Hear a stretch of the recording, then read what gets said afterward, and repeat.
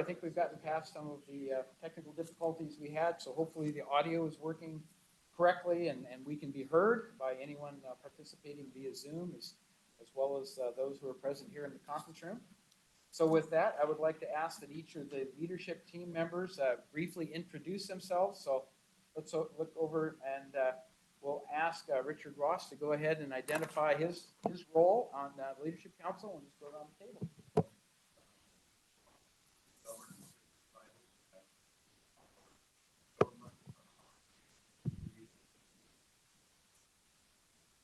Ross, good governance relates to how our county government operates effectively and efficiently. Good. Cindy? I'm Cindy Munt. I'm Supervisor Heidel's assistant, and I do the community information and outreach for the council. I'm John Heidel, District 1 Supervisor. I'm Lauren Tsuemoto, the co-chair of the El Dorado County Youth Commission and the student body president of Oak Ridge High School, just here to represent the voice of the youth in our community. I'm John Davey. I'm the chair of the El Dorado Hills Area Planning Advisory Committee, and we are a group of volunteer residents that look at proposed development in El Dorado Hills and provide feedback to the process. Very good. And Chief Johnson, do you want to, I know Chief Lilienthal is not able to join us, but if you'd like to just recognize yourself and the fact that you're kind of substituting for Chief Lilly.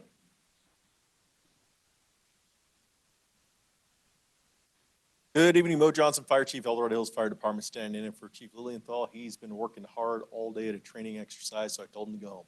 Excellent, very good. Got to get the training done, absolutely agree. Thank you.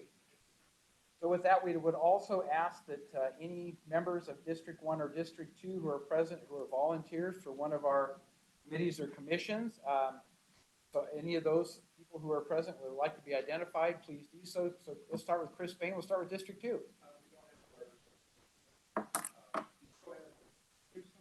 There should be some in the audience, but maybe we'll pass them around. So. Oh, no.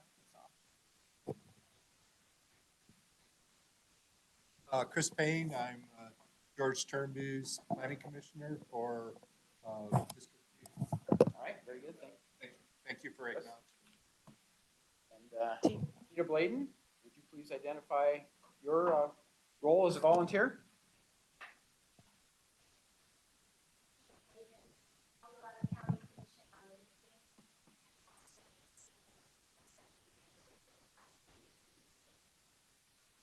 Thank you. I see Wendy May, I think, is online. Kathy's online too. Okay, so Kathy and then Wendy May.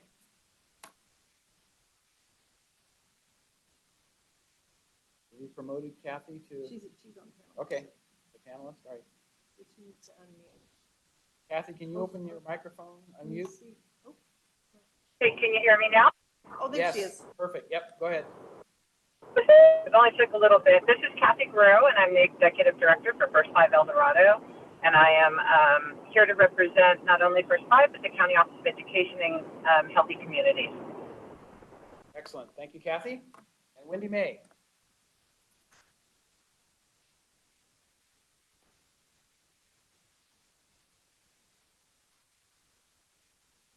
I was going to say, you got to let me in. Thank you and good evening so much. Appreciate to be here, Supervisor Heidel and Cindy, and to my fellow commissioners. You know, regardless of my lack of physical presence there at the meetings, please know Cindy and John can patch you through to me if you have any questions on your tax bill or whatnot, as I am the director of the Tax Assessor Appeals Board, here to serve and happy to help any way I can. I apologize for being absent. It only has to do with caretaking for the best mom in the world. So thank you so much. Thank you, Wendy May. And John Rasler, would you like to comment on your role as an ombudsman?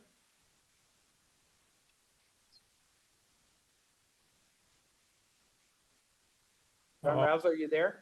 There he is. John Rasler, Vice Chair of APAC, and also volunteer ombudsman for seniors in assisted living in El Dorado County. And glad to be here. Thank you. Thank you, John. Welcome. So with that, I think we've covered all of the other commissions that have volunteers involved. So we'll move on to item 2, adoption of the regular meeting agenda. Does anyone on the leadership team have any proposed modifications to the agenda? All right, seeing none, we'll take the agenda as submitted as our working document for today. We'll move forward to item 3 then, public comment. This is the opportunity for anyone who's present either in the conference room or via Zoom who would like to make a comment on an item or ask a question that's not on today's agenda. We would currently entertain those inputs. And we do have microphones. We just ask you to make sure you have a microphone so that people attending via Zoom can hear what your comment and or question is. So is there anyone present in the public, first of all, within the conference room who would like to share with us something that's not on the agenda? No.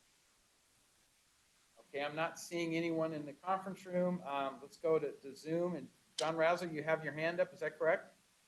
I didn't, but being that you called on me, Well, I see a hand raised on Zoom, so I'm not sure. it says mine is lowered, but that's okay. I have a question. I was looking and I sent this out to all the supervisors. Our transportation department is running some kind of a contest for students to do drawings for their buses. And in the article that they sent, it said that only children who go to public schools can participate in this activity. And my question is why relegate it to only children in public schools? And I sent that out, and I sent it out last week, and I haven't received a reply. Maybe you could answer that, John. Yes, we did receive a reply. I'm not sure why we didn't forward the Well, reply to you. Well, first off, his ended I up in didn't the know that they spam, so if he took sent the it app last and week, that's leave why we until just 2 got it o'clock, today. and now I'm in. I got it, and I did check in and got a response that the Office of Education is responding that they have Get caught up, and now I'm inappropriately stated the restriction. They're now putting together new direction that opens that up. So any parochial school, private school, whatever is invited to attend. So it was their error in not opening that up because it did say public schools, which includes charter schools, but they're now opening that up. So John will make sure you get forwarded that email that we received in response so that the public will be aware, and we'll change that in the media as soon as we receive something from Office of Education about their official retraction of the original criteria and the new criteria, and make sure that gets circulated via our platforms for social media and via email. So yeah, so hopefully that will address your question. I think it's being worked right now to be resolved because we do want to make sure it's an all-inclusive activity, that anyone involved with the school system have the right to provide their comments on it. So hopefully that'll satisfy that provision. The other thing I'll mention to you is I did have an individual, a constituent, contact me relative to the ombudsman role. Just to give you a heads up, what they're recommending is that there be an emphasis for the ombudsman to talk to family members and not only the person who's a patient, for instance, in a memory care facility, because the family members have a lot of information that needs to be understood by our ombudsman as well. So I can get together with you, John, and discuss that in a little more further detail, but that was their thought, and I think it probably is a valid request. So we'll discuss that offline, but I wanted to make sure you were aware that we did get a constituent responding and asking for that outreach to include family members who have a person involved with one of the memory care facilities in particular, but the ombudsman services wherever one of our qualified individuals is in some kind of a care facility, the ombudsman is kind of have that oversight of, that be something to include family members who have additional information. So I think I can leave it at that. So I've done my due diligence. We can discuss it. We'll make sure that it gets without a special. Excellent, and we will put it in our minutes if we have that available for the Office of Education. So in responding to those who are participating tonight, they'll have the minutes to reflect, and we can put the actual link to the modified statement that comes from the Office of Education, and hopefully that will be forthcoming. So, With that, I don't see any other hands raised. So if there's no go-backs within the chambers here, within the conference room, we'll move on beyond public comment, and we'll move to item 4, our guest speaker. So our guest speaker this evening is Judy Arrigotti, who's the president of the El Dorado Hills Art Association, and they're having their first annual El Dorado Hills Fine Arts Festival. So I think we should all be recognizing that and celebrating that, because I think first-time activities of this kind are something that needs proper recognition and sharing with the community. And again, we will be, if we haven't already shared that within our social media platform. So we try to get the word out as much as possible. So if you'd Carla like has to, to. if you'd like to introduce Judy in addition, then please do. Well, Judy, what are you most comfortable? Did you want to come up here? Did you want to come up over here? Or- You can either be at the podium as long as we have a microphone there, or Let as me long give as you- you carry one of these with you then. Yeah. Just make sure it's green. Okay, I couldn't see the microphone was there, but yeah, that's easier. Yeah, so Well, walk around, feel leisure, but we just need to make sure that they can hear you online. Okay, and can everybody hear me? Well, that's not for the room, that's for online. Right, so only the Zoom participants will hear from the microphone. Everything else, you have to speak loud enough that people present can hear you. I can do that. I'm a Okay. retired school teacher. Good. Yes. Well, I really appreciate you having me here tonight, and I wanted, first of all, to tell you about El Dorado Hills Arts Association, because 20 years ago, when I moved to, I've lived in El Dorado Hills since the 80s, in 80 actually, and was teaching in Orangevale, but I retired 20 years ago, and at that time, I was an active artist that really wanted to pursue my career as an artist, now that I had a long career as a school teacher. Anyway, so what I did is I went to Placerville Arts Association.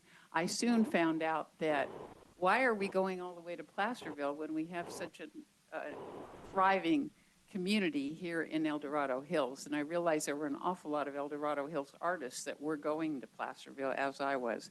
So I worked with a couple of people that were taking art lessons from me at the CSD Community Center, and said, let's start an art association. So we did 20 years ago.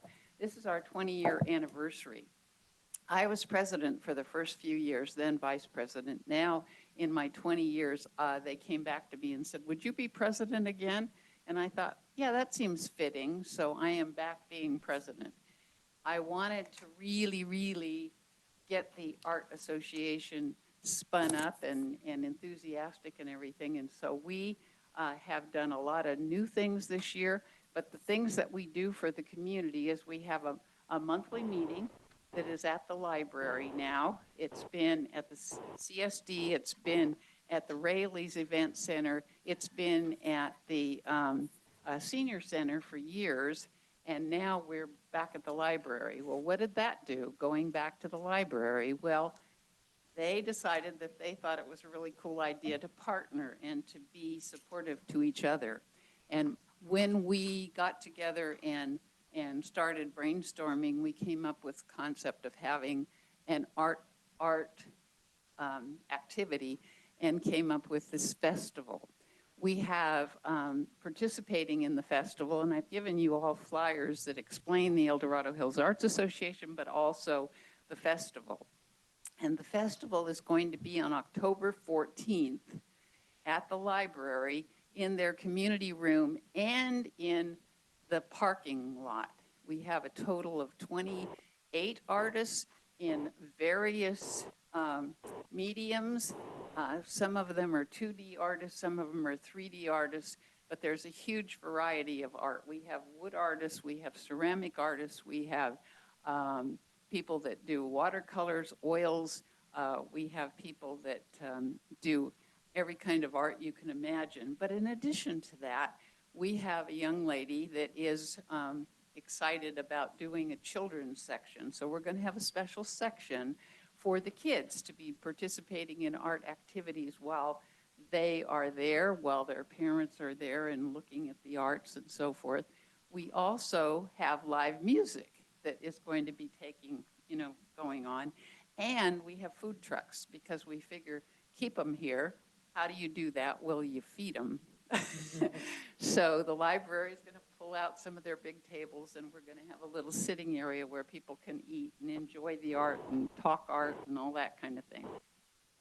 So like I said, it's on October 14th. It's going to be from 10 a.m. in the morning until 5 p.m. in the evening. And we're hoping that you will help us as important people in our community spread the word. And that's why I handed out all these things to you, because I would very much like for you to invite people in at work, or your families, or your neighbors, or your friends, or your barber, or your hairdresser, or wherever you go. And what was that? Yeah, please mute yourself, whoever it was that just spoke. I got it. Okay. Somebody applauded me. Pardon? Somebody online, they had their microphone up. I think you're good. Oh, it wasn't for me. No, please. Anyway, the El Dorado Hills Arts Association wants to do this as an annual event. We want them to get accustomed to saving the date because it's something they're going to look forward to as a community.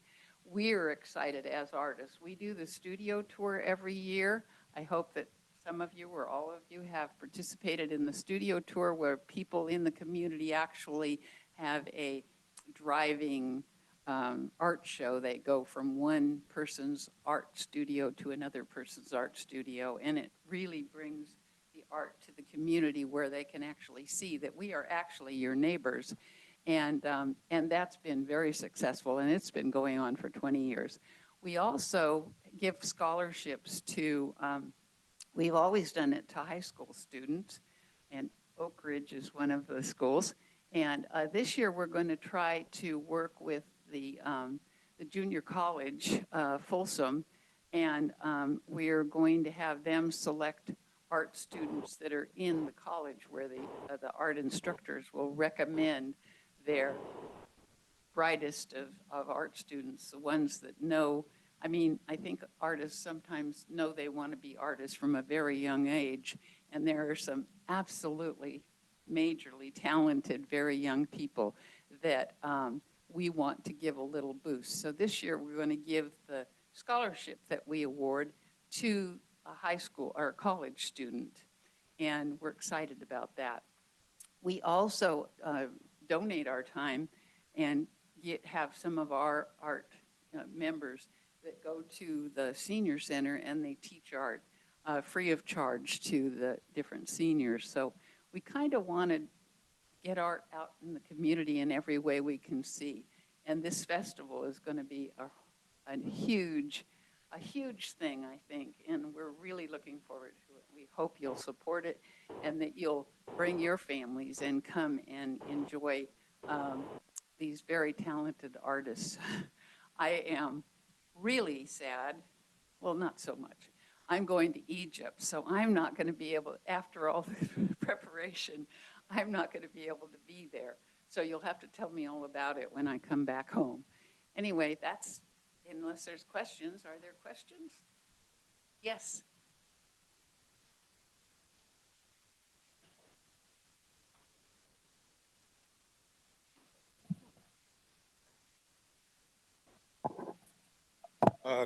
Chris Payne, I'm a planning commissioner for District 2, but I have a question about art.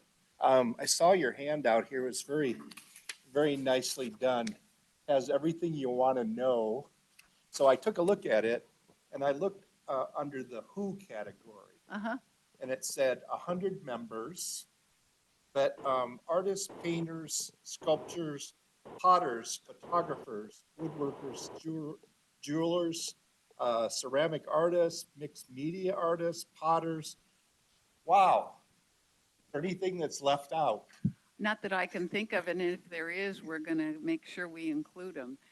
There's artists that this young lady right here said, I thought it was a craft show. Well, what is craft and what is fine art? There's a line there that who knows what the difference is between the two. What we want to participate, though, are the people that are creating original pieces of artwork, not just recreating the same craft over and over again. So what we're hoping is to make this something that people are coming and they're getting, in a large case, one-of-a-kind artwork, and they're getting an opportunity to meet the people that create the artwork. And then we hope that you'll come to the studio tour so you can actually visit them in their studio when we do the studio tour in the spring. So a follow-up, Yes, in terms of the age yes. of the artists, when does it start? How young? And then I guess it doesn't matter how old you are as long as you are still producing your art. Absolutely. We have an awful lot of seniors that have always wanted to do art, and they take art seriously, but they don't have time for it when they're raising a family and when they're working 8 or 10 hours a day. And so a lot of them wait until they're seniors. I give art lessons in my home, and all of the people are retired seniors. And it just happens that way. I've given art lessons to younger people, but they've got the time to come and take art lessons. And how young? Ask this young lady over here, do you do art? But I have lots of friends who are very interested in art, and I think I have a couple friends who actually received a scholarship. There you go. What we want to do is we want to, with this kids thing, it's for all different age kids. We're hoping to reach all different age kids.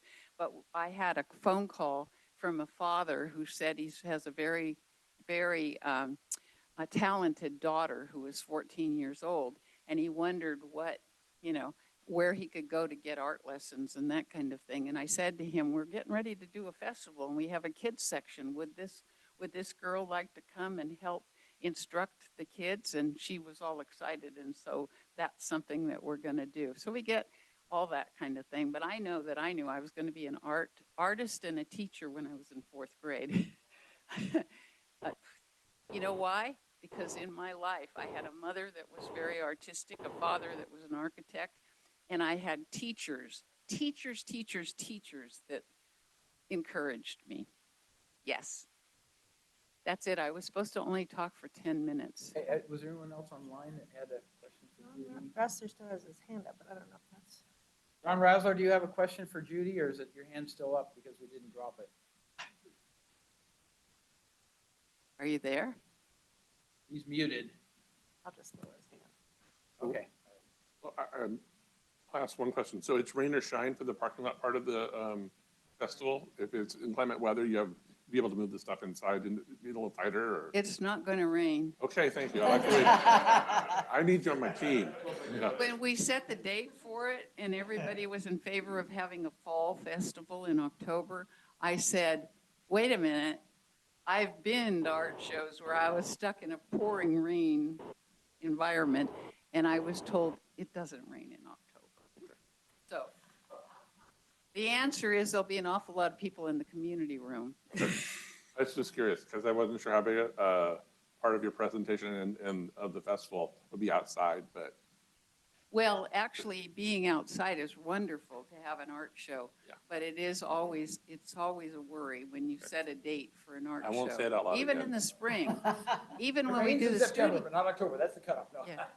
Even when we do the studio tour and the weather's too hot, that keeps people away. So we're just really hoping. The weather lately has been wonderful, and well, it did rain yesterday. Oh, that's right. Not the 14th, not a problem. It didn't count. Yeah. Nice, thank you. And the library, the Friends of the Library, I should mention this, are doing a special reception ahead of time for people that are life members of the Friends of the Library. And we did it's over here.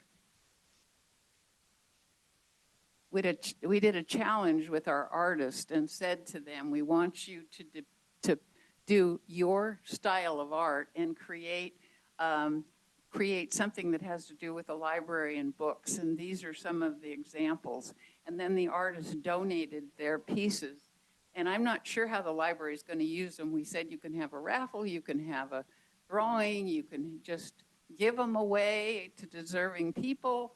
you can sell them and make money from them. So we don't know what's going to happen with them, but it was a fun challenge. So we did this to kind of stimulate interest in the whole thing. They're scheduled to be our guest speakers at our November meeting, so maybe we'll find out how they're gonna make. I'm use of sure the you will find out. donations, whatever it is. Thank you so yes. much. Thank you, Judy.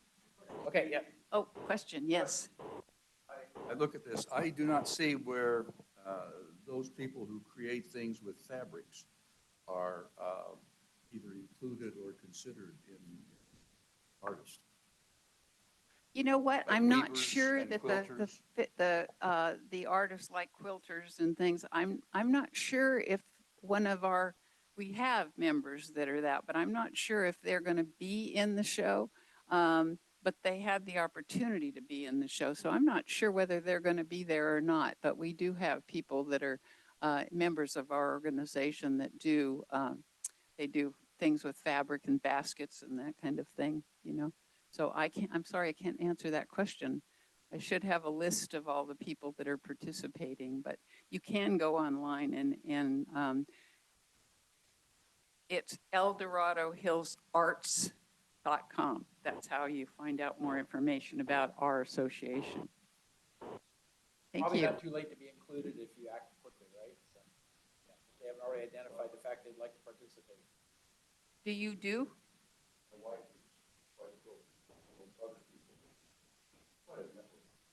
Oh, I know, My I wife know. is quite the quilter as well, so there's a number of people who do that type of. Yeah.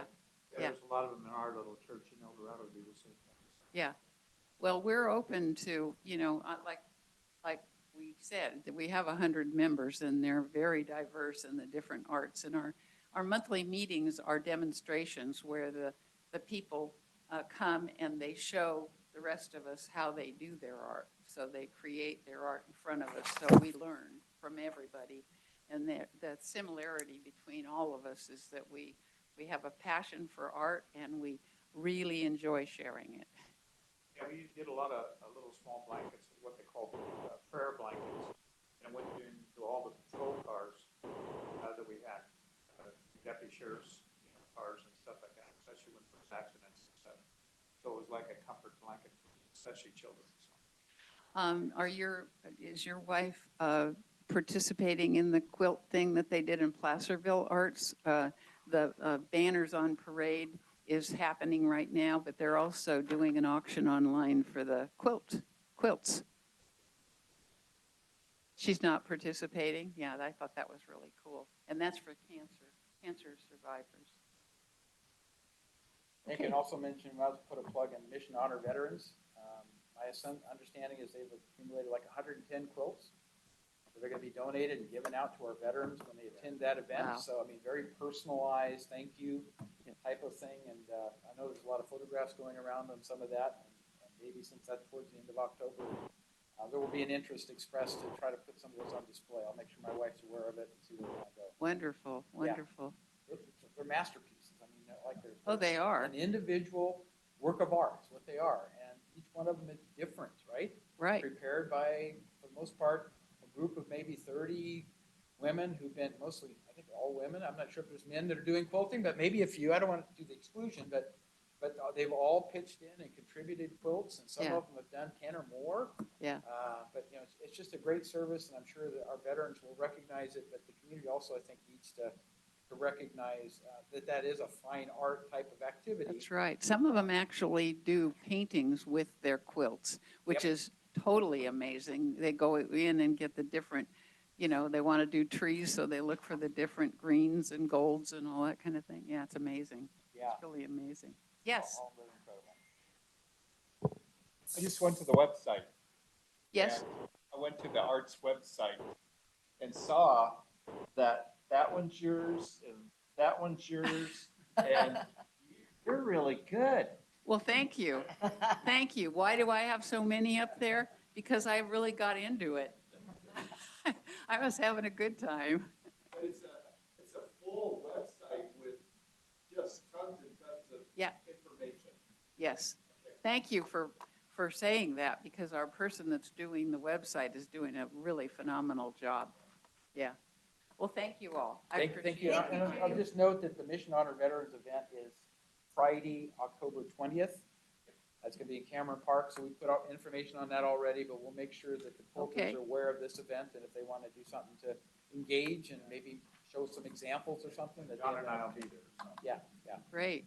Well, there's a lot of these different handouts that are on the table of people that didn't come. So if you do have a bunch of people that you know and you want to distribute it, I really appreciate it. And I don't know, I don't know if I should collect them or if I should leave them here for you guys to pick up or what you want me to do. I'll wait till the end of your meeting, so. Yeah, I think if you leave a few, that would probably be good, but if you've got a whole bunch of them, you probably ought to collect, everything that isn't half a dozen or something or other, because we can only distribute so many typically, so. Yeah, yeah. Yeah.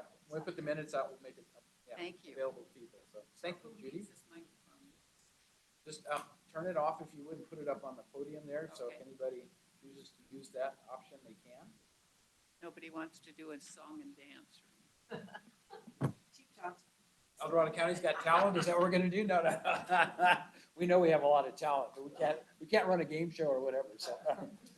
All right, so moving right along then, and thank you again for your presentation, very timely, very well informed, and hopefully you'll get a great turnout and the weather will be beautiful, so.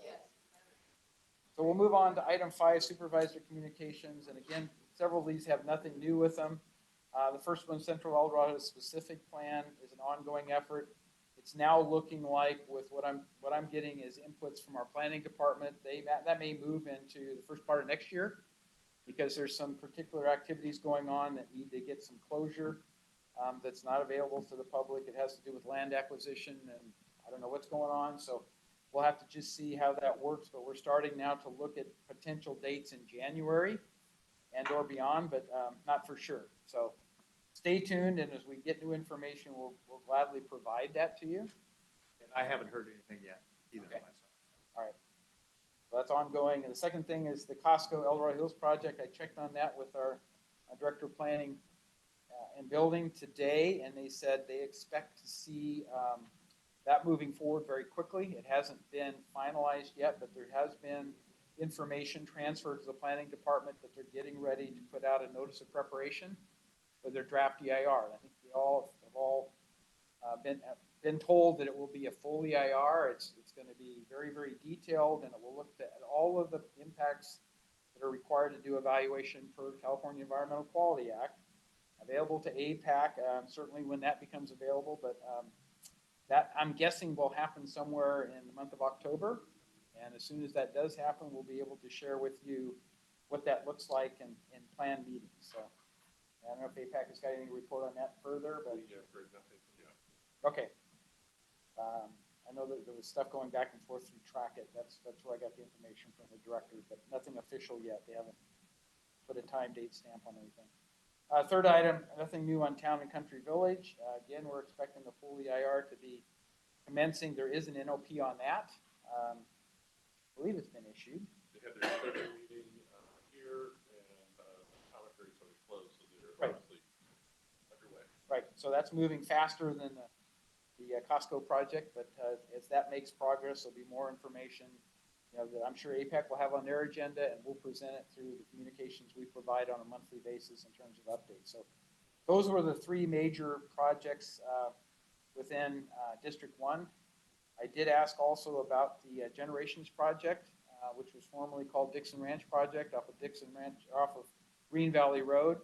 And I've been told that the proponents are kind of going on hold on that because they wanted to get some separation between when they would present their information and what's going on with Central. So they have the right to do that. They can determine the timing where they want to bring something forward or not relative to Generations. But right now, they're basically saying we're going to wait and see what the timing is probably for Central before they calendar something to bring it forward for the Generations project. They have another project, Cameron Park, association with Rasmussen Pond, that may or may not come forward because it is separate from any considerations of Central, but that's their prerogative to decide the timing they want to bring it forward. A lot of issues that's going on with that, especially with the drainage problems in Cameron Park that's been ongoing. And we're trying to resolve that problem. But we have an engineer that's working with the CSD, and it's through our water agency, Colorado County Water Agency, to address those problems. and then it'll be mapped out so we can be able to get some kind of money or whatever. And Maria Amarillo Gill is working with me on that. And we'll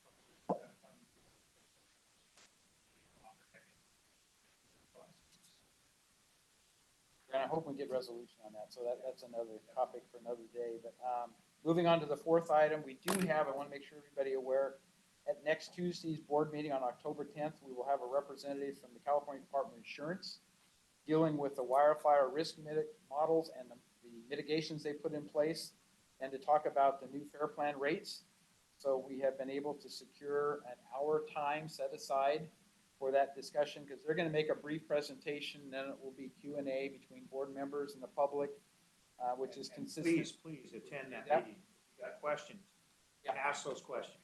Because I'll tell you, I had Ricardo Laurel 3 times in Zoom meetings and stuff, and he just could not give me the answers that I wanted.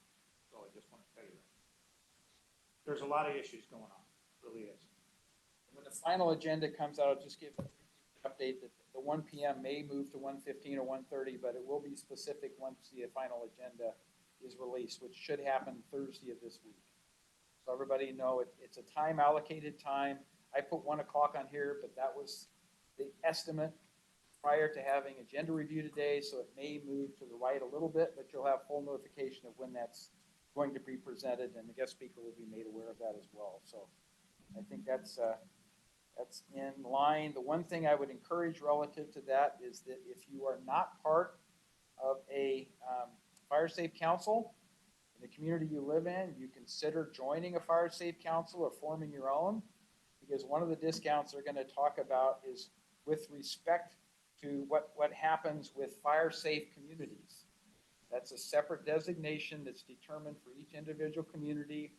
I belong to the Lake Hills Fire Safe Council. I was one of the founding members for, I think it's like 8 or 9 years we've been operating now. We had a WUI, a wildland urban interface study done. We are a fire safe council, fire safe community. So those kinds of things are going to guarantee the insurance company has to give you a discount. If they don't, if you don't see a fire safe, FireWise, as you call it, FireWise community designation in the insurance policy, and you know your FireWise through your fire safe council, make sure your insurance provider knows that, because one of the things they're going to talk about is that is now a required discount that they've put in place, and there's some other discounts that are available. So I'm going to let the state representative talk about that, but we end up with a lot of inputs that we can't answer the questions to, George and I, in terms of what's going on with that, which is why we wanted to have someone from the state actually make a presentation and respond. And then obviously you can follow up, submit them letters, because it all falls within the Fire Insurance Commissioner's office, which is Ricardo Lara. So we want to make sure we focus the attention where the change can occur, because we can influence at the board of supervisors level. We can't form new policy or provisions as Ricardo Lara might. So make you aware of that. I want to talk about one more thing. Sure. I don't know if anybody read that article that I put in the Mountain Democrat about the new C-130s that are going to be coming into Cal Fire is going to be purchasing. Yeah, basically coming from the military. And basically what that'll do, that'll help, especially with wildfire, because it's equivalent to 6 S2T air tankers currently used by Cal Fire right now. So 1 drop is equivalent to 6. So that's going to help, especially when it comes to these horrific fires that we have, especially in these communities like Grizzly Flat that was impacted by that Caldor fire, that burnt that town and stuff like that. So this will really help a lot of the communities that are impacted, especially with high fire areas that we live in. So it's going to be a great thing. So it's across the board, and hopefully we'll have a few of them by 24, and the remainder by 25 will be fitted. So anyway, put it in service. I'll just mention, I know that Cal Fire's aerial operations go out on McClellan Air Force Base. It's right behind the facility I used to work at, which was a Northrop Grumman facility. So it's not like they're coming out of LA or someplace else, San Francisco. They're coming out of a local site. So when they get a call to respond, they can be fairly quick into El Dorado County if that notification happens efficiently and they get airborne. Obviously, there's always restrictions because of smoke and other things where it's a no-fly. They're restricted from flying certain areas at certain times, but nice to know that resource is close by, and the additional aircraft are going to be a big help. They can be deployed throughout the state of California, but our response time should be pretty short when they deploy one out of McClellan. So that's part of the message in there too. So, Chris. Just to add one point, Governor Newsom signed the executive order to strengthen the property insurance market, which was September the 21st. So just recently, but I was hoping maybe when they do post that item, that they might include that, the executive order, because I think it's very much important because of Insurance Commissioner Laura now seems to be on TV speaking about the subject, and he's speaking of it in a very positive way, which I believe in the past hasn't been necessarily, as Supervisor Turnbull had said, hasn't been the case. But with that executive order now, essentially telling them, this is what I expect of you, I think that's an important ingredient in all of this. I don't know if you've seen it, Supervisor Heidel? I have. Okay. I didn't know if they were prepared to talk to this gender.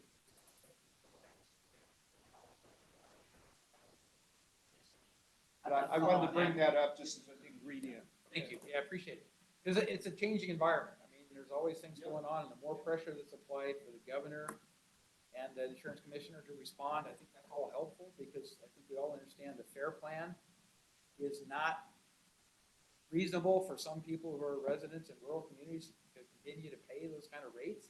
It's not just rural anymore, it's creeping into the, It's yeah. everybody. Right. Yeah, it's But if not you're so in fair a- plan, but so. But if you're in a high-risk area, Yeah, the it's FAIR worse. plan can be 10 times, I've been told, what you were previously paying to insurance carriage that's now been discontinued, right? Notice of non-renewal. Yeah, one particular resident of the fair plan, and they were getting, the fair plan was $14,000 a year for their winery plus a couple buildings. Well, then it ended up going to $104,000 because they live in a high brush area. The high brush area was actually BLM land that bumped up against their property. So there's a lot of issues and stuff that needs to be addressed, and they gotta solve this problem, because it's not fair, because this person here had to take a loan out to even pay their insurance. It's pretty bad. So anyway, it's not being addressed. Yeah, Judy. I have a real personal, we back up to the lake. And right where our fence, we do all that we need to do to make it so it's fire safe. We do everything. However, right where the line is, where the fence property is, the park department, the lake people, they're doing nothing to clear it. They ought to be at that meeting, I think. Done in coordination through the Fire Safe Council, so I'm not sure if you're part of the Lake Hills Fire Safe Council, but that Yes. coordination has Yes. happened. You may not be aware of all the things that have been done working with the state. So I can provide you contact information for Steve Willis, who leads our Fire Safe I Council. know him well. Okay. Yeah. But there has been continuing ladder fuel clearing and that sort of thing Absolutely. year over year, and that's been a big help. And we have gotten cooperation from both the State Parks Department and the Federal Bureau of Reclamation, BOR, that has jurisdictional, number one jurisdictional domain is through the Bureau. But there has been successful discussions and allowances for crews to come in and do that clearing. I knew Steven, but what I see is that and the stuff is just left to lie there, and we as property owners would get in huge trouble if we tried to go over the fence and do any Absolutely. cutting. You can't do that, but We can't do that. But what we're seeing is an area, the mountain, that I was Davis. I mean, but I know that he's been trying to get them. well, and he's been successful with some of it. Turns out he hasn't been able to get all the crews to do all the work he's wanted to, because that's subject to other demands. So yeah, just make sure that Steve is tracking, because he's kind of put together a plan of the phasing, what gets done first, what gets done second, what gets done third, a function of available manpower. But contact Steve if you have a specific area you've identified, and make sure he's got it on that priority list. I suspect it is, but I don't know where it would stand for any given access, but, yeah, certainly. All right, so, yes. Fire safe council. Yes. Are there restrictions or definitions what type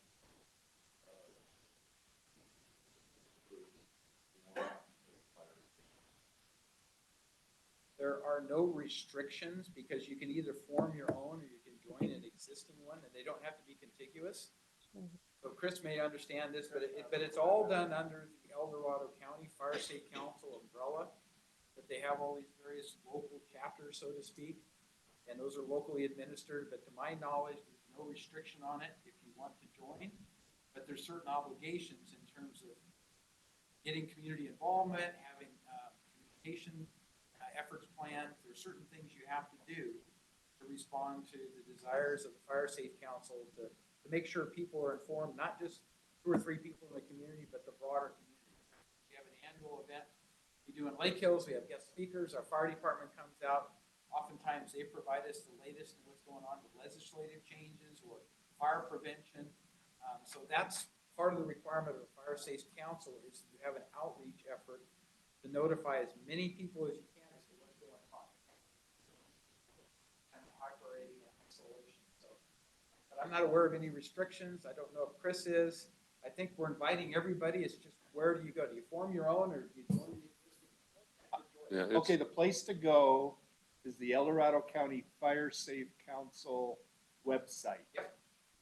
That's the place to go. Browse that El Dorado County Fire Safe Council, and we just updated our website. There's so much information in there, including the answer to this question. There's 30 associate fire safe councils now, 30. And about 5 years ago, there was half of that. So a lot of them are growing. Very recently they've joined.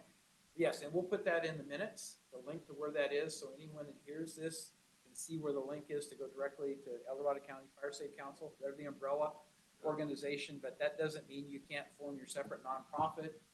You did with Lake Hills, you can collect funds to run events, programs, that sort of thing, to notify people, because it all comes down to the County Fire Safe Council has a limitation on funds, and their priority is typically the shredding operations, that if you need to have material shredded because it's been trimmed, it's been dragged down to the street, then they can get you a chipper. It's a chipper program, I think is what they call it officially. Yes. That you can go online and say, hey, I'd like to reserve the chipper to come by and do work for some period of time. They'll confirm that they will be there on a certain date. You just have to be there with all that debris pulled down close to the road where they can access it immediately adjacent to the roadway. And chop down pretty good too. And, well, yeah, they have certain requirements. Yeah. You can't take anything larger than, I think it's like 4 inches in diameter. Is it that large? It goes pretty large, actually.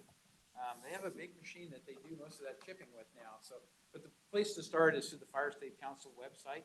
They can provide all the information on how do you form a Fire Safe Council, how do you join an existing one, what constitutes a FireWise community certification. All that information and educational material is available. So we'll put links in our minutes. Lake Hills is very engaged. I mean, Yeah. they're a superstar. I was surprised where I'm at off of Bass Lake Road, Cameron Park, the Greater Cameron Park Fire Safe Council, they've been meeting, but it goes all the way across Bass Lake Road, like to Hawkview, and El Dorado Hills. So you might have one there. You don't even know that you're sort of in their area already. But yeah, as Chris said, go to the website and look what's available and see what works for your community. And if you find one that's in your area but it's not active, reach out to whoever is the known contact and see what it takes to revitalize it. Because I think there's an awful lot of interested people now that want to know, what can I do? And if previous board efforts haven't gotten to that point where that local Fire Safe Council is thriving and really putting together programs, maybe it takes some new involvement, right? So. Okay, very good. So with that, I'm going to move on to the last item, and I just want to make everybody. Okay, I didn't see that. So Wendy May, please. Oh, thank you. I will try to be very quick. Yes, it is an executive order, folks, but and please, Supervisor Heidel, forgive me for saying this, but it is a government entity and it takes time. But I will tell you that your local and state realtor associations, without any reprieve, are daily on Commissioner Laura and Governor Newsom's back for this. So, and I know all of our local officials are as well, but I had to speak to that. This is not going, oh my goodness, without hours and hours and hours of pushing and pushing and pushing. So, oh, thank you for allowing me to say that. Yeah, Yeah, great. It's a concerted effort by a lot of organizations to try to make something happen that's really going to benefit the public, particularly in our rural county setting. Because rural counties are a lot different, but what we found in El Dorado Hills in particular, you may think that Yeah. you're in a large subdivision and why would you be affected by this? But I've heard of notice of non-renewals on accounts where you'd say, yeah. well, I don't have a big threat. I don't live next to a wildland interface. But that's the way the insurance companies are treating it, so. I have one across Bass Lake Road and that's in Cameron Park. There's a fire hydrant in my front yard and the fire station's down the street. But we got dropped. We have the same carrier for 28 years, so never claimed. One of the biggest things on Ricardo, so we did about 3 Zoom meetings I did with him, and every time he gives me a specific question to ask, so he can answer them. And I said, no, I'm going to ask you my own questions. And they said that I was hard to get along with. Well, that's just the way it is, so. Damn it. It's tough being elected, right? Well, With your but insurance the commission. thing is, John, that, I mean, they already got scripture. Come on. Yeah. Yeah, and I'll just remind everybody too, since I'm in the insurance industry for so long, like the Agents Alliance in California, everyone is engaged with trying to get some solution in place. And you're hearing the governor talk about it and the commissioner talk about it. The truth is, they need to raise rates significantly. So, I mean, by a lot. And we went 4 years without rates going up at all. I think Progressive got like a 20-something% increase finally after 3.5 years. And as soon as they got that increase, they filed for another 18, same day. So the solution is that they're going to raise rates. You'll be able to get insurance. It's just how much it's going to cost. Right now, it costs a lot and you can't get it. So the solution appears to be it's just going to cost a lot. Now it's very heavily regulated and they're revisiting all that because, ultimately insurance companies can't continue to offer the same kind of rates when their policy provisions say they have to cover and they've had a large exposure, obviously paying claims off and stuff. So there has to be a balance there. There hasn't been an update, but they're talking regularly, I understand, with the insurers to try to figure out what they can do to find a middle ground, but it will involve rate increases. That's significant. Unfortunately, the better of the word. So anyway. Got to get Okay. rid of the fucking gates. Do with all this. All right, and John Razzler, you had your hand up? Oh, okay, I'm gonna take Razzler because I didn't recognize your hand in time. We'll come back to you, Marie. Razzler, you're muted. Okay, I would like to talk about this insurance for homeowners. It's got to be that it's absolutely horrible, even for the folks who live in Four Seasons, where we're in an area that is not really threatened or would be threatened by wildfires. And what's happening is I'm seeing more and more homeowners who can't get insurance and now will be living in a house without homeowners insurance. And, I don't know what kind of pressure you can bear on an insurance company when they just leave. They leave the state of California and they basically say they're almost holding you hostage. And I think the government has to step in and do something about this. And it's not just the rural areas. It's the areas, as I said before, Four Seasons. I don't know with Heritage. I think Heritage gets some of their insurance through the builder at this time. I'm not quite sure how that happens, but I just wanted to say this is a particularly bad thing when people can't insure their home and now they're living in a home now that has no homeowners insurance. Totally Okay. agreed. I wouldn't recommend anybody go at risk with not having insurance coverage, but at some point, your ability to pay for a premium is going to be restricted. So we just have to continue to try to work That it. happened to a lot of the families in Grizzly Flat because 41% of them were on, basically seniors on fixed income. So either pay insurance or you eat. when you're only getting $900 to $1,200 a month. So, and when these insurance bills are anywhere from $10,000 to $15,000 a year, it deficits, I mean, these poor community couldn't even survive. So that was one of the reasons why a lot of those people out there were canceled. They tried getting insurance, they couldn't get insurance. And to go on the FAIR plan, it was very, very expensive. They couldn't afford it. They couldn't afford to even survive. So that's basically what happened out there. It's really sad. So we're trying to fix that problem now, so. I think we also need to recognize there's different risk assessment models. CAL FIRE came out with one not too long ago, which I kind of question the criteria that was used, because the other side of my street is in a lower risk area and I'm in a high risk area, and the neighborhood looks the same to me. Exactly. So what is it one side of the street versus the other side of the street? But so we could have a huge discussion about that. We're not going to do it tonight, but I think there has been a lot of questions raised about, well, which risk model are the insurance carriers using? Because they have the ability to pick and choose what they want to use, even though they're not supposed to be using the CAL FIRE model. I got to believe they're, that risk assessment, that they're looking at it. So all those things weigh in. We'll have more discussion after we hear from the state representative. So we'll bring that back next month. And so, yes. Please Maria. come and talk about it. Ask questions. I should say next month, this October 10th, this month. October 10th, yeah. We're in October already. Next week. Yes, next week. Said something.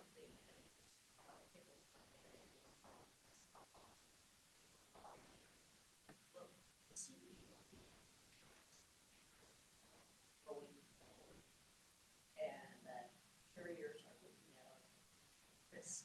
Mhm. And yet, here we have to pay premiums for decades. Mm-hmm. And golly, I mean, we buy insurance and we hope to never use it. And except for earthquake, we haven't used it. So where's all that money gone? Doesn't that tiny little bit kind of makes me wonder? I mean, I understand we're trying to pay for future catastrophes, but haven't they been collecting lots and lots of bags of money?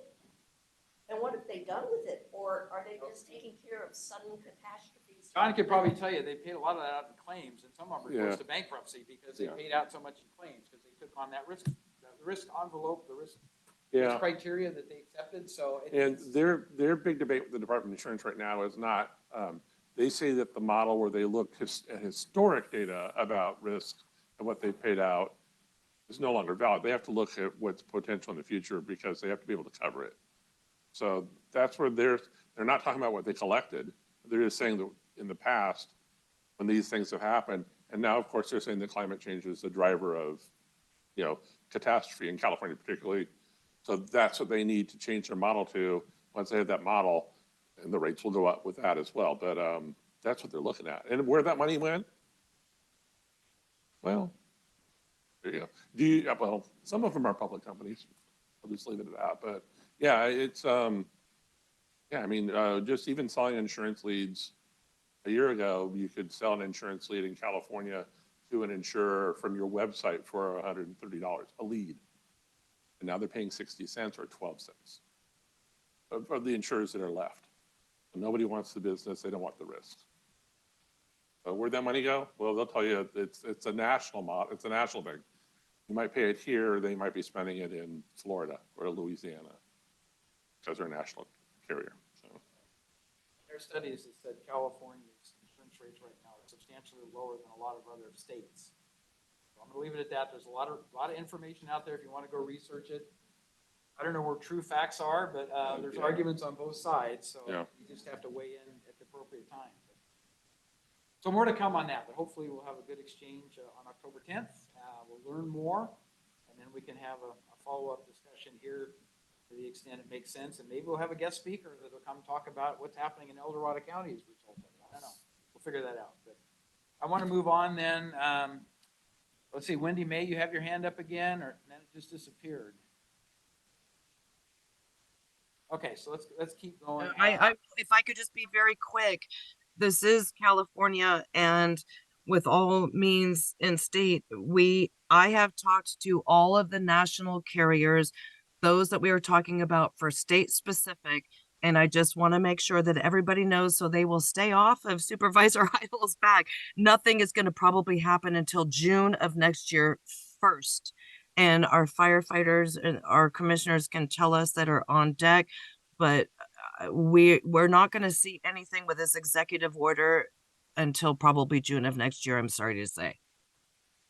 Yeah, thank you. I think that's the reality, but, you know, we'll continue to try to influence what we can, but ultimately it's not within our jurisdiction to set insurance rates. So we'll try to keep the public informed and we'll try to influence what happens, but it's not going to be what people would like. They'd like rate stabilization, to continue to pay what they've been paying in the past with maybe a 5% annual increase. I can almost guarantee you that's not the future we're looking at near term.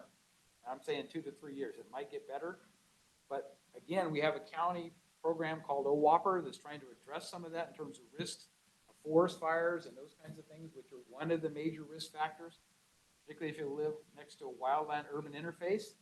But that's not going to solve all the problems immediately either. So the county's trying to address it within their jurisdiction, but there's constraints everywhere. So again, more to come on that.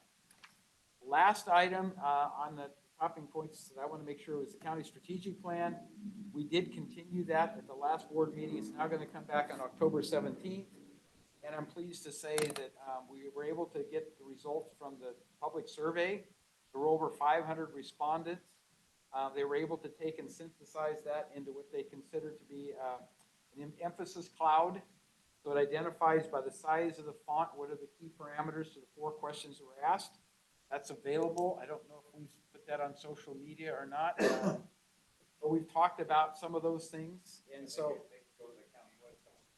right, you can go to the county website certainly, but that will be discussed at our October 17th meeting rather, as to how that information that came from the public is reflected by the strategic plan. Where are the connection points? How does that statement made about we want to remain rural? The #1 county service we use is libraries.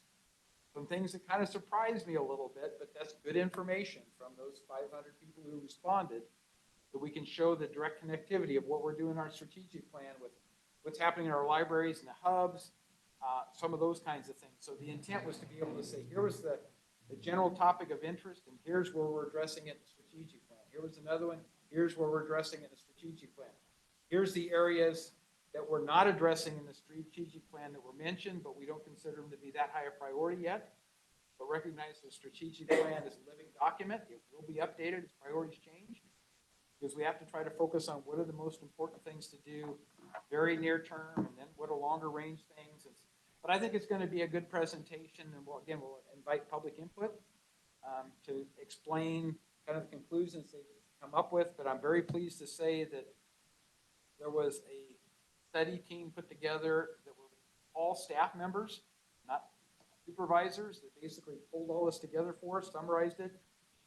The board has had an oversight role, and we agree it's ready for prime time with the public. But ultimately, it was driven by staffs working through things and making compromises.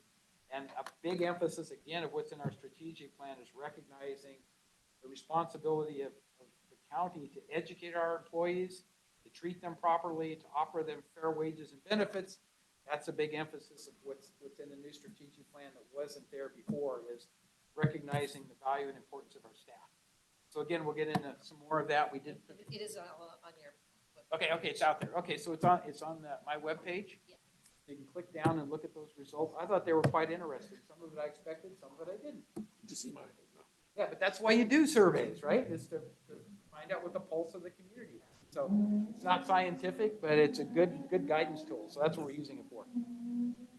So I think I've completed everything I wanted to cover under communications. Are there any questions for clarity or anything else that we can offer? George, is there anything else you wanted to mention to explain? No, I just wondered, what's going on in my district, because I got to leave here a little bit, so I'll just talk a little bit what's Sure. going on. So we, in District 2, I'm still working with Grizzly Flag, you all know that.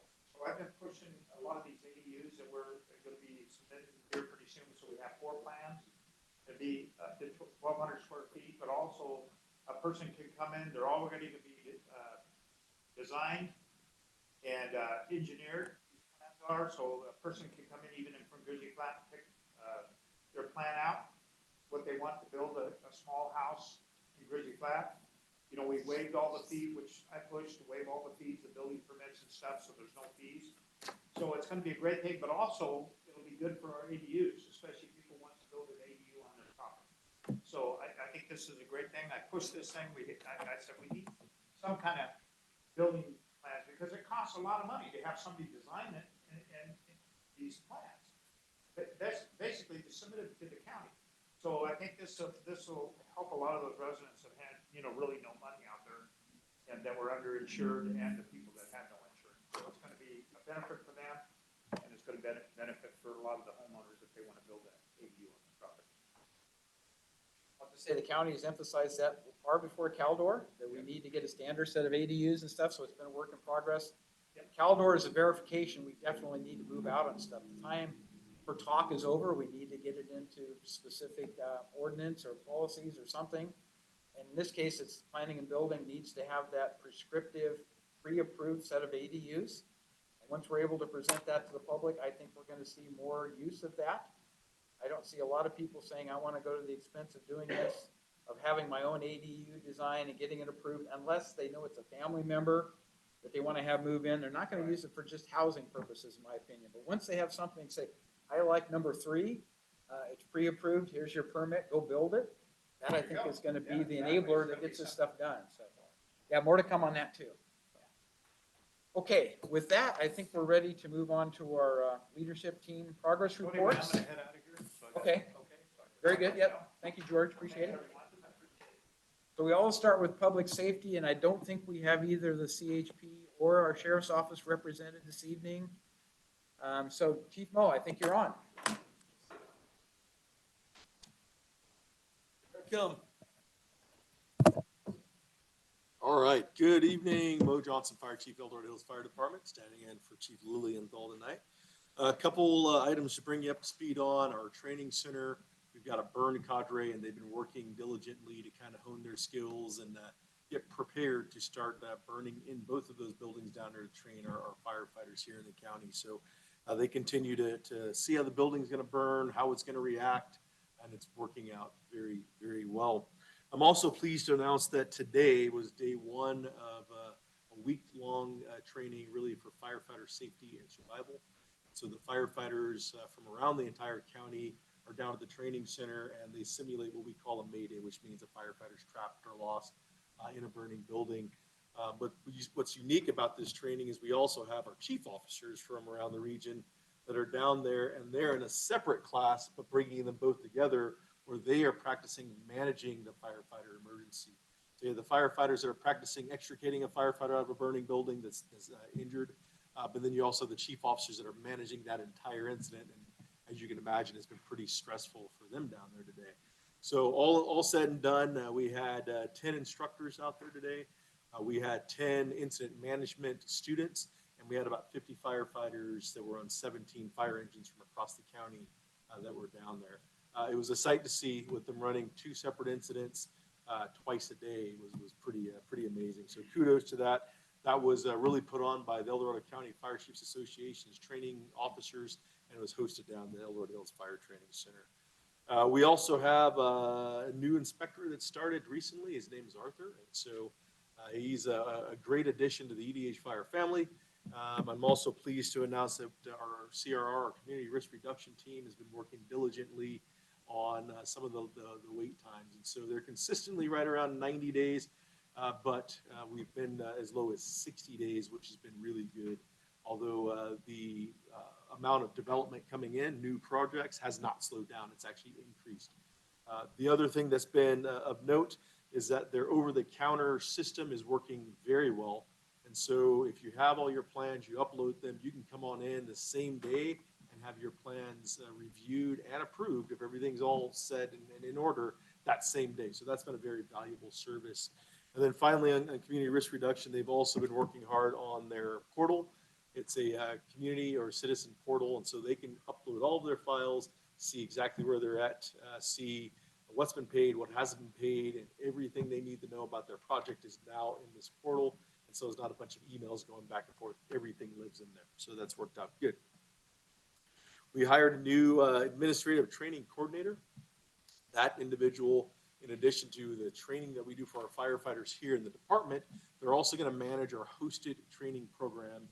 We have a program that's based out of our employee I can't even talk, it's been a long day, employee development center That's where it's hosted, and we're putting on about 45 state fire training courses from firefighters across the entire state.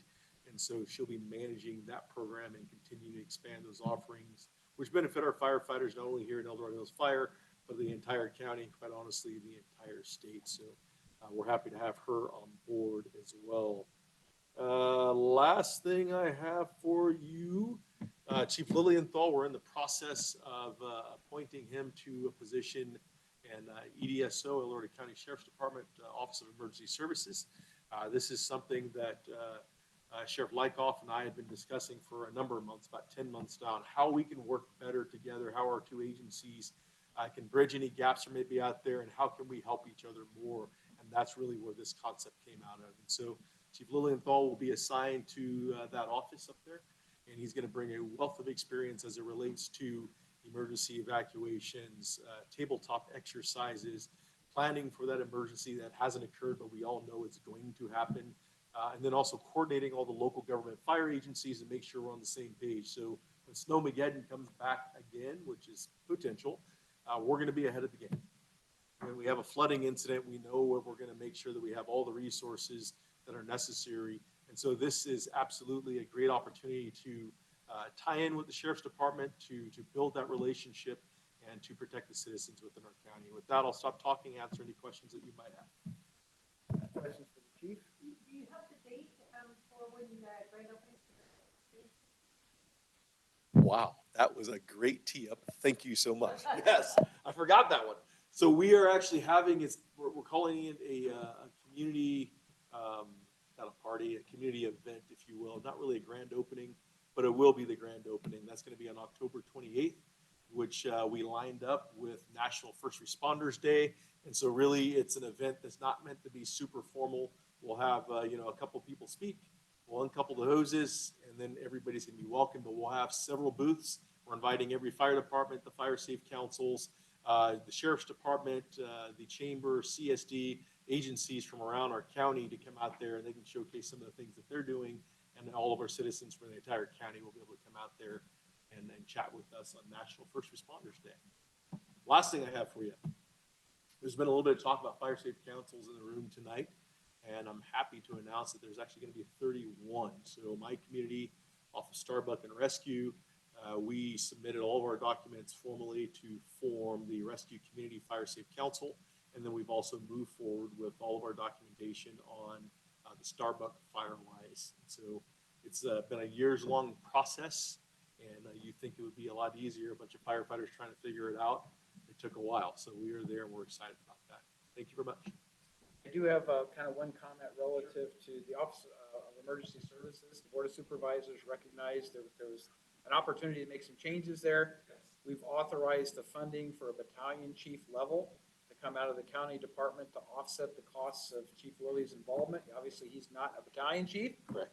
So that differential is covered by, as I understand, the local fire department. But again, collaborative, working together to try to make sure that that resource is available. And where I see the biggest benefit is preparedness and getting out information out to people of what's the best tool. Should you hear about something in social media that says there's a fire in your neighborhood, where do you go get information on that? And should you be concerned that you may get an evacuation call in 20 minutes or an hour or whatever, right? And there's tools out there that provide information that are not necessarily CAL FIRE verified, but it's a good heads up that looks like things are moving fast. Get ready, folks. And so I don't want to get into those details, but I think that's what it's really going to help, as I see, is our preparedness. Be ready to inform people better, and then in the actual events to respond better. Advisor, you're spot on. I think it highlights our recent event down at the training center with PG&E, and it's all about getting those resources, those agencies together to work together and train together before the incident actually occurs. So this is another way that we can do that. We'll be more proactive rather than reactive, and we look forward to working with the Sheriff's Department. Yes, sir. Is there any local engagement, awareness, notification regarding this coming Wednesday's national alert that is going to go out to all the cell phones? We have not had anything formal coming out from our office. We typically wait for any of the other agencies and tie in with them. That's typically something that the State Office of Emergency Services would handle. Anything to do with this.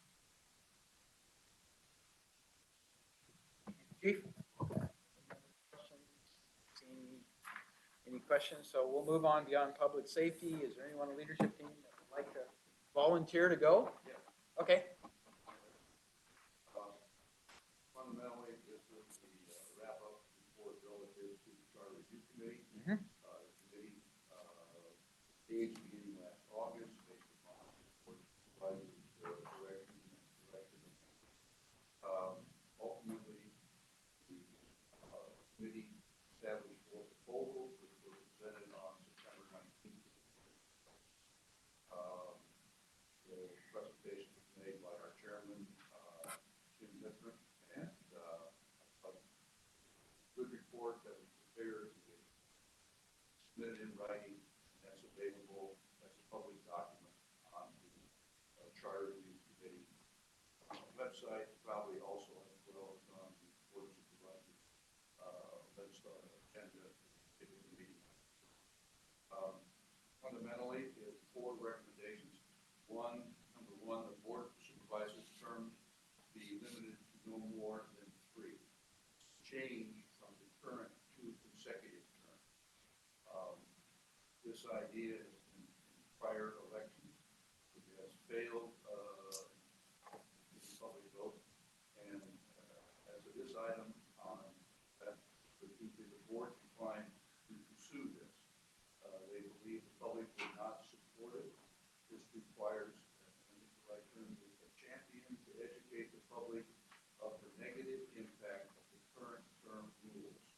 The current fundamentally keep our Board of Supervisors in an amateur status in the state hierarchy of organizations and structures where policies are made that could benefit our community and our county. All members believe that the current limitations handicap the ability of the current members being able to gain more benefits for the county as individual supervisors are termed out before having stature on statewide committees to influence policies that benefit the El Dorado County. And without some external champion to promote this or pursue it, the public's general attitude about extended terms in office seems hard to overcome. However, for all the other elected officials in the county, they continually seem to get reelected term after term after term, which seems totally inconsistent. The second thing proposed was that the Board of Supervisors meeting be held within individual districts. That's kind of a shorthand for it. Fundamentally, the board kind of more or less rejected it because that option currently exists in the charter, and the proposed change could be considered redundant. The third item was to require department heads, both appointed and elected, to make annual strategic plan presentations and report annual accomplishments during the annual budget process. Basically, the Board of Supervisors declined to make any changes, recommend changes to the charter, and believing that current administrative template of this administrator's office CAO procedure provides adequate information to the board.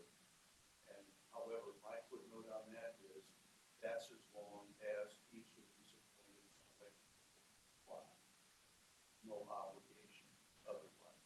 I can tell you for appointed department heads, there's going to be a lot of encouragement by board members that they present that information. No question. Right. As to elected, push a rope, right?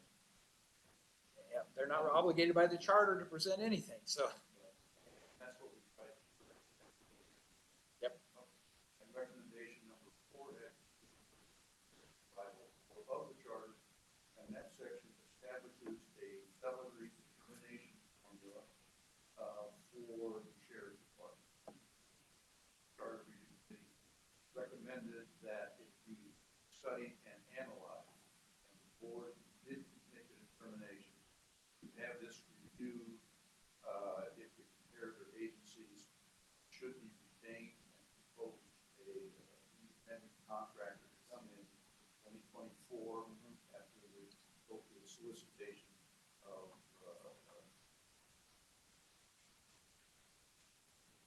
someone to do work for the county. RFP, so we put out an RFP, request for proposal, yeah, yeah. And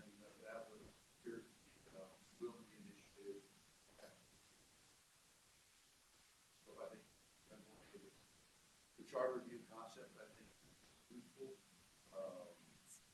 very uphill, it's hard to engage the public, and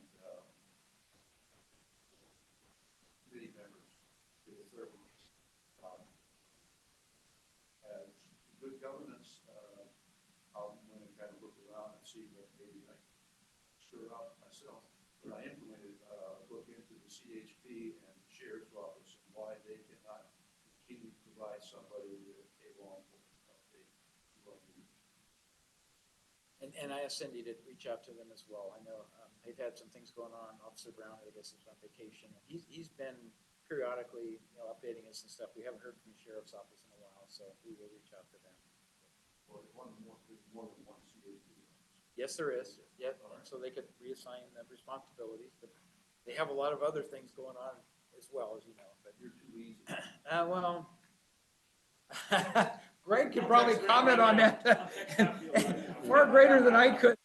Limitation of resources, but yeah, I am too easy on him. We ought to get him out there, right? So, in any case, I just want to also say that the board looked at the fact that there was a cost estimated to be $70,000 for anything we would, each individual item. If you took all 4 recommendations, it would cost $280,000, as I understood it, to get it on the ballot. That's taxpayer money that's expended. So you really have to look at what is the probability of getting approval of what's being recommended by the Charter Review Committee versus what's going to be denied. And there's no point in spending money if you have a pretty strong sense it's going to be denied. So one of the things with 504 in particular, we said, let's bring a consultant on, have a broader study done. What are other counties doing that might extend beyond with the great work that the Charter Review Committee did, and maybe come back with a recommendation. So the decision was made, nothing will be on the November 2024 ballot relative to recommendations, but that doesn't mean it can't be on a subsequent ballot. Any of these items could come back on a subsequent ballot if we feel the timing is now appropriate, the sentiment has changed a little bit, maybe with the proper champion that can actually do the campaigning activity that the county can't do. We can educate, but we can't campaign by state law.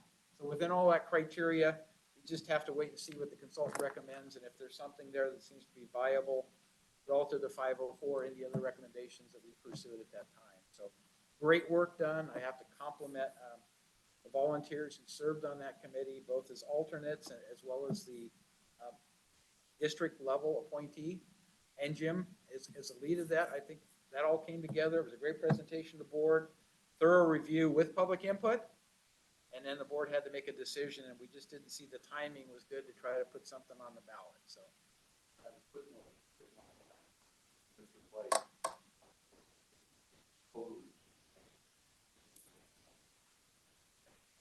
Totally agree, and I made a point of recognizing my 2 District 1 representatives, both of you at our Board of Supervisors meeting on the twos and froms, just to make sure that there was recognition of that. So, okay, thank you, Richard. I very much appreciate the update on good governance. Who would like to go next? Okay, our APAC meeting in October is set for October 18th back here in this building and virtual on Zoom.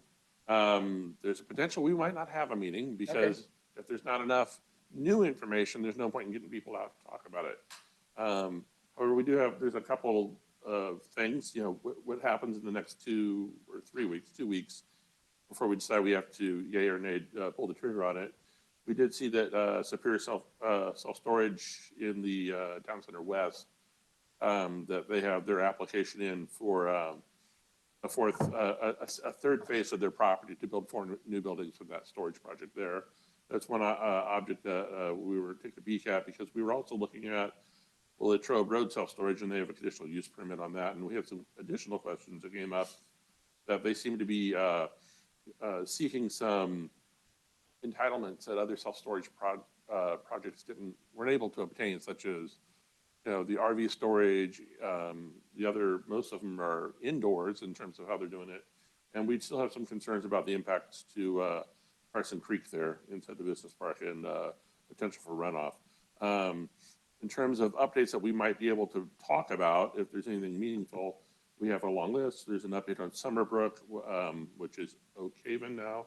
That was at the board last week. We can give an update about that. we're still talking about the Sienna Ridge Quick Car Wash, and they're also seeking a conditional use permit there. Latrobe Road Self-Storage. There's 2 Verizon cell phone towers, one in Heritage, one on Malcolm Dixon, that are at a standstill, but we're checking in to see if there's any more information. Generations of Green Valley, the former Dixon Ranch. We had talked to Aiden 2 years ago when they came back, it's been like 6 years since the project was rejected, and they came up with this new version. And they said they would be in touch with us when they're prepared to move forward. Apparently they're not ready, but we'll check in with them to yay or nay. Obviously Costco, we know that we'll be hearing about potentially, I imagine, at least with a second scoping meeting. I don't know, but they're not answering us. So, and then of course, John had mentioned earlier about Central El Dorado Hills, when that might be coming back. That was a lot of work that APAC did for that. And so we, if it comes back and there's material changes to the project, we'll obviously have to spin up our subcommittee and start working on that. We also have a standing transportation subcommittee that's looking at some issues primarily in the Latrobe area, Heritage, Four Seasons, Blackstone, and they might be just ready to make a presentation to our meeting. So those are the potential things we could talk about, but if there's nothing meaningful, we'll give you the month off and happy trick-or-treating. So again, that would be the 18th, not next week like it normally is. Very good. Lauren, you want to go? So the El Dorado County Youth Commission welcomed, I believe, 4 new members last month. We actually have, for the first time in, I don't know if it's ever or if it's just in the past few years, but we have a representative from South Lake Tahoe, which is really exciting to just get that representation. She's going to be mostly communicating through Zoom, but it's just nice to have a presence and have her voice. During that meeting, we talked a lot about refocusing goals and kind of what the primary issues are for youth within our county. And kind of something that came up alongside with mental health and wellness, which is usually our main focus, was also just an increase in vaping and e-cigarettes on campus. Particularly, we noticed that coming out of COVID-19 and out of a lot of that isolation, particularly underclassmen, so current freshmen and sophomores, are utilizing the products a lot more. We kind of think part of it is because of just like a lack of socialization within middle school and also the influence of social media. And so with that, we're kind of trying to focus in on helping the El Dorado County Office of Education maybe introduce some more prevention programs at the middle school level. But essentially, we're kind of just talking and brainstorming about, the input of high school students and what we're seeing on all of our different campuses. Even from our campus in comparison to campuses like Golden Sierra or Union Mine that are much smaller, we're seeing common themes and common patterns, which means it's a problem countywide. And so alongside of mental health and wellness, I think this is a really big issue that the Youth Commission is going to be focusing and tackling this year. We've also had a lot of support from the El Dorado County Office of Education. They've said multiple times and sent a lot of different staff to come to our meetings and to talk about what role they can play in helping us start these new programs and helping to support the start of our peer advocacy programs and other youth advocacy initiative things that we're starting, which is just really exciting. It's always exciting to have the beginning of the year and be able to see what projects we're going to be able to complete.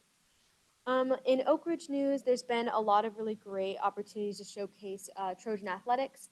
We had some really great football games, and we've had a great showing from our student section and student participation. All those things just really raise student morale, and it's just been really great to also see the community come out and really just support our athletes, as well as just to get students out, being involved in events and doing things other than school. And then lastly, we're knee-deep in homecoming preparation, which is going to be next week. We have the parade on October 9th, which will be, I think, at 5, and it'll be in the neighborhood right next to Oak Ridge High School. And then we also have the dance, which will be the following Saturday, which I believe is the October 14th. Add to that a little bit, did receive a copy of the Oak Ridge Cheer Varsity Squad. And I'll just note that I've put an article, actually it's a business card printing and the brochure that comes out for the football games. As an elected official, to try to make sure that people know that I support and sponsor what's going on at Oak Ridge High School. This was their way of saying thank you for that. But we'll make it available to people so that they can see all the great things that are going on with respect to the Oak Ridge activities and just continue to encourage those. Unfortunately, it was a bad week with the city of Folsom. in terms of football games, if you watch or follow that. But boy, it was a heck of a game. And yeah, I think both teams played really, really good. It's just, there's one winner and a loser. And so that's kind of stacking order in terms of where they end up being ranked. But Oak Ridge has been done very well this year in their football campaign. And best wishes to them on continuing that effort and hopefully within the league and stuff showing that they're superior to some of the other teams. Not to discourage other El Dorado County football teams, but I happen to be an Oak Ridge fan. So. Okay. I thought I'd jump in here. I even turned on the camera. I was going to cover that at the end. So I wanted to, because I wanted to make sure that we put Kathy after Lauren. So it was always the difficult thing to try to respond to, right? Because she kind of sets the stage for the discussion about the hub. So Kathy, yeah, please go on. Thank you. Can you all hear me? Yes. Okay, beautiful. Yeah, it's always a pleasure to follow Lauren because then I am very self-aware of like how well she speaks and I don't. So thank you all. Sorry, I'm not able to be there in person. I have a few updates on behalf of First 5 El Dorado and the County Office of Education. First, I heard earlier in the public forum section about the El Dorado Transit Bus Decorating Contest. I was able to reach out to my contact County Office of Education and confirm the new language has been updated. It is on the website. I do not believe old social media posts have been updated. So it says, this exciting art contest is open to middle and high school students, grades 6 through 12. There are no limiting languages such as public school or charter schools. So please know that that's been updated and it may take a while. I don't know if they're going to go back and update their social media posts, but that's been done. Big news for First 5. We have you get a sneak peek today. We have our commission meeting next Monday and we are releasing our annual report or our annual data, and it gives us information on community hubs. So I thought I'd give you a few bullets and kind of tease you because everybody wants to read an 80-page report. The registrations from the previous year has increased 144% to 1,772 registrations last year. That's among all 5 community hubs in the county, and yay. Now you can see why El Dorado County libraries are being utilized because registrations are up and folks are being connected. And of those, 60% of them all received a navigation services, meaning that they were connected to another agency or another resource through that interaction. We are reaching more families in need. There was a 14% increase from the previous years of families who had an income below the federal poverty level, and 12% of families indicated that transportation was a barrier. So we're starting to hit folks that are really maybe in a precarious situation, and we might be able to help them before they're in crisis. The total number of children who received a developmental screening, meaning that we're looking for identifying special needs early before the age of 5, increased by 30%. We had 465 developmental screens, meaning we're going to get them in early. And 100% of our survey respondents said that, of those who responded to a survey, that the navigator services, they were satisfied or very satisfied. So that's good news for our community hubs, and we're pleased to continue representing them. And the only other 2-3 things I thought I'd update is that first, El Dorado County Office of Education is having their annual community-based organization breakfast. That is October 11th from 7:30 in the morning to 9. And this is an opportunity to bring school leaders together with community-based organizations to find out what each other does and connect them to services. And that'll be held at the EDCO main campus. There was a lot of hubbub, and you may or may not have seen it, that Jackson Elementary School has one of the first inclusive playgrounds in El Dorado County. It did hit the news wire. It's very cool to look at. I'm not sure you can go there during the day when the kids are there without checking in, but you might sneak in during the weekend and have a look at it. It's a pretty phenomenal playground and a great opportunity for kids that have different abilities. And lastly, we're looking at the EDCO coat drive. This is an opportunity to drop off new coats to the County Office of Education for those kids who could really benefit from them. And that is at the Green Valley Road campus between 8 and 5. And that's it for us. Thank you, Kathy. Appreciate the update. So let's move on. Cindy, why don't you give your update, and then I'll do the ones that are kind of missing here. There's a lot of stuff happening in October in El Dorado Hills. The farmers markets are going to continue every Sunday until October 29th, and that's from 8 to 1 p.m. at the El Dorado Hills Town Center. October 4th, there's going to be a park party barbecue. It's at the El Dorado Hills CST Dog Park. They're gonna have free food and music and canine-oriented activities and games. So the family and their dogs can go and have fun at the CSD. And they want you to have your dogs on a leash. October 14th is what Judy had discussed, the first annual El Dorado Hills Fine Arts Festival. That's from 10 to 5 p.m. at the El Dorado Hills Library. Also on October 14th, there's going to be a pumpkin splash patch from 1 to 3 at the El Dorado Hills CSD pool. It's for kids 3 to 10, and they hunt for a pumpkin in the huge pool. And they're going to decorate it, and they get to take it home. On October 14th and the 15th, Hands for Hope is going to have their annual fall festival, 11 to 4 p.m., and that's at the El Dorado Hills Town Center. They're going to have hay rides, pumpkin decorating. There's an obstacle course, treat trot games. There's all kinds of stuff going on. So that's a really good, fun event for the family every year. And then October 21st, there's going to be a punt, pass, and kick. It's at the Promontory Park. That's from 3 to 6 p.m. It's for participants from age 6 to 15 for both boys and girls, and it's just a competition to see who can kick and throw the farthest and run the fastest. So they're going to have a bunch of different age groups for that. And that's a free event. On October 25th, there's going to be a senior resource fair that's from 10 to 12 at the El Dorado Hills CSD gym. There's going to be local vendors. They're going to provide some good information and resources for seniors. They're going to have raffle prizes and snacks. And so there's a lot of good information for the seniors. And October 27th, there's going to be that annual trunk or treat event at the El Dorado Hills CSD parking lot. It's from 4:30 to 7. People decorate their cars and get to have the trunks open, and the kids go from car to car, and they get treats. And it's a really fun event at the CSD. And on the same day, they're going to have their scarecrow contest. You can prior to that event, you can sign up and decorate your own scarecrow and be part of that contest. And then that's open to all ages, individuals, families, clubs, or groups for the scarecrow contest. And then finally on Halloween, El Dorado Hills Town Center from 3 to 6 p.m. The participating businesses are going to have trick-or-treating, so the kids can go from each business and get some candy. And they're also going to have a costume contest for the kids and dogs. So another event for the dogs too. So and there's going to be a photo contest. So lots going on, and all of this information is on the supervisor's webpage. There's links to everything. One thing to remind everybody is, as the chief informed us, Saturday, October the 28th at 1 p.m.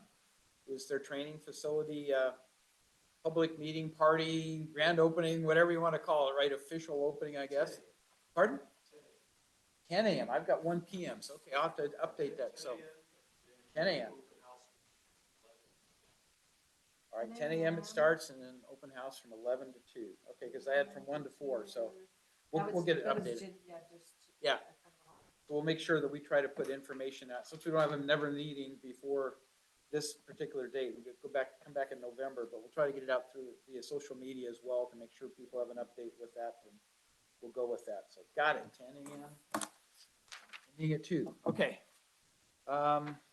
With that, I have a couple things I wanted to cover. Number one, Robert Williams was not able to be with us here this evening, so we're not going to have a District 2 Communities Report. We asked Supervisor Turnbull if he had an alternate or somebody he wanted to backfill, or if he knew of anything to report, and the answer was no. So we'll just carry his report over till next month, as may be.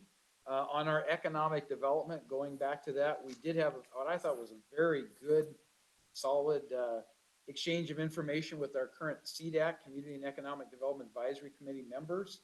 I'll just remind everybody, there's one member that's supported by each of the 5 board members, and then there's ad hoc membership, and we're starting to change the format at which we think the membership will flow down. So we presented the ideas between George's ideas and mine being on the ad hoc committee for the Board of Supervisors. We shared with the committee members what we thought might be the best way to move forward. They're now making comments back to Kyle Zimmelman, who is our manager of economic development, to fold their comments into what we had suggested.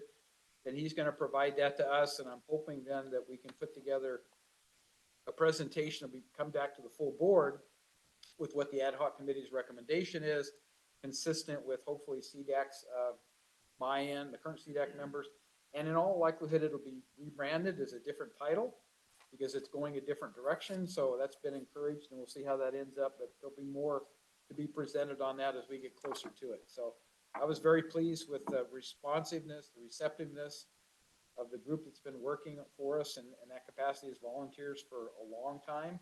And they seem to appreciate the new focus and kind of the direction we were going. So as that matures, we'll be providing more information. Then on infrastructure, I think the most notable thing is that the Planning Commission did hear an item that was a cannabis growers permit application. They decided to approve it, I believe, on a 3-2 vote. That's been appealed by people who were in objection to that recommendation for approval. Actually, it would have been at the Planning Commission if it hadn't been appealed, but it's now been appealed.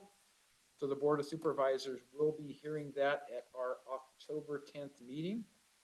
So more to come on that, but the board will review that and then make their determination based upon the merits and criteria expressed in the appeal, whether that appeal is denied or whether it's accepted for various reasons, and then there'll have to be findings that will come with that. So leave that one with you. I'll also mention, as we mentioned before, that there has been a proposal for a card room in El Dorado Hills. It's been reviewed by our sheriff's office. They've submitted to the board their findings and recommendations with a bunch of caveats that there has been public inputs they've received a concern of that kind of an operation. And we've had inputs on people who are favorable to it. So that's now under review by the Board of Supervisors. It was like a 2-inch thick report with all the documentation. So the board is reviewing it now. That will be agendized. I think it's October 17th that that'll come back. Pardon? I believe it's. Yeah, it's October 17th to the board for further discussion and determination as to path forward, whether to proceed with that request or not. So again, more to come in that particular area. And then the last thing I wanted to make sure to mention was that Cindy and I had the privilege of being invited to Jennifer Slinger's leadership class at Oak Ridge High School to come in and make a brief presentation and discussion. We took questions and tried to respond to them about what leadership is all about and what qualities, and recognizing this is the start of the leadership class term because they just about started school in August, right? So it's kind of the front end. They haven't been exposed to a lot of the materials in terms of what are the prime examples of good leadership models and stuff. I was able to share, and Cindy also participated in things that we've seen that constitute leadership qualities, leadership things, talk about some of the philosophies that we found to be successful. Not to say that it has to be done that way. There's a lot of ways to deal with leadership. But what we're trying to do is emphasize the importance because our youth will be the leadership very near term of our local governments, our state government, our federal government, et cetera, at some point. And so we want to just emphasize and be able to share that. And I thought it was really a good exchange. I enjoyed it. I think you enjoyed it, Cindy. And hopefully the students got something out of it ultimately. But again, there's a lot of different models and examples of best practices in leadership. And so, yeah, it was just a very, very good exchange. And so I look forward to maybe, if invited again, being able to follow up with something. And we talked about, well, maybe it should be a little bit later in the cycle after the, and maybe not. I don't know what works best. So we'll follow Jennifer Slinger's recommendations on how to do that. And maybe that'll be a continuing theme because I view my responsibilities as an elected official to encourage leadership skill development. And I did mention that a lot of my personal experience with leadership came from the Boy Scouts. That was my first obligation to step up and do a leadership thing as a troop leader. I didn't have that opportunity, I guess, in junior high, but in scouting I did. And so there's any number of ways to learn and be exposed to leadership skills before you get to high school or in high school or whatever. But it's to be encouraged that youth consider the need for their generation to be part of our leadership model, because their time will come and they will be called on, as Lauren knows, serving on our Behavioral Health Commission and other things, right? that we're looking for those kinds of inputs and participation, and it's very, very important that we take a holistic view of things. So I will leave it at that, and I'll just ask, are there any go-backs? Anybody have any comments that we may have overlooked or whatever? All right, seeing none. Our next meeting, it's on the agenda here, is Monday, November the 13th. Our guest speakers will be Claire Pertich and Jan Robbins. This has kind of become an annual thing where we'll talk about their El Dorado Hills Friends of the Library. Perfect segue from the discussion we had tonight about the fine arts things and their cooperation with the Friends of the Library and our local library. And then they're going to discuss their future plans and fundraising. And I can tell you they have some ambitious future plans for expansion of the library. We've already started talking with our new Director of Library Services. He's director, not manager, but Bryce, in terms of things that we can do, and we've started down that path, and we just need to make sure that we understand that the library volunteers, friends of the library, are all in sync with this. So I think that was, last time I was briefed on their presentation, they really needed to broaden the discussion to include the volunteers. We have a library commission that are volunteers and other people, so that they were in bed with what the Friends of the Library were looking at and proposing for our El Dorado Hills Library. I'm sure there's other things going on with other libraries, but this is the one that's of primary interest to me. And I'm sure if Supervisor Turnbow was here, he would talk about future library opportunities within District 2, because I know he's been an advocate for that and expanding some of the services to include, trying to think of the Pioneer Park. I think is one of the places he's proposed putting in some additional services. So maybe that becomes an extension or something. But so anyway, you're going to hear more about library services and stuff as we come on, particularly with our guest speakers next month. So with that, not seeing any questions or go-backs, I'm going to declare the meeting adjourned at 6:51 p.m. Thank you again for your patience, your participation, and we appreciate you. It's at the end of the agenda. It is November 13th, Monday, November 13th, again at 5 p.m., right back here. So thank you. Thank you, Chief, for facilitation and getting things set up.